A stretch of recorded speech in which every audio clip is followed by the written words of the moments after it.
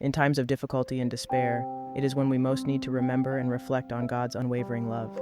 Even though we may face tribulations, illnesses, losses, or disappointments, we must not forget that God is present in each of these challenges, ready to show us His love through them. God's love is incomparable and surpasses human understanding. It is a patient love that is always willing to wait for us, even when we stray from Him and make mistakes. His love envelops us and embraces us in the darkest moments, giving us comfort and strength to move forward. In difficulties, it is easy to fall into the trap of thinking that God has abandoned us or that He does not love us enough to deliver us from our problems. However, this could not be further from the truth. When Jesus died on the cross, He demonstrated God's ultimate love for us.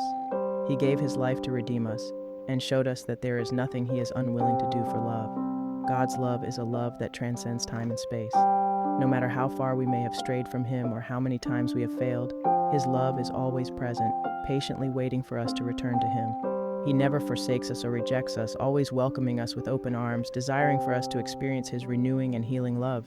It is in the midst of difficulties that God's love becomes most evident. When we do not see a way out or a possible solution, He shows us that His love is greater than any problem or adversity.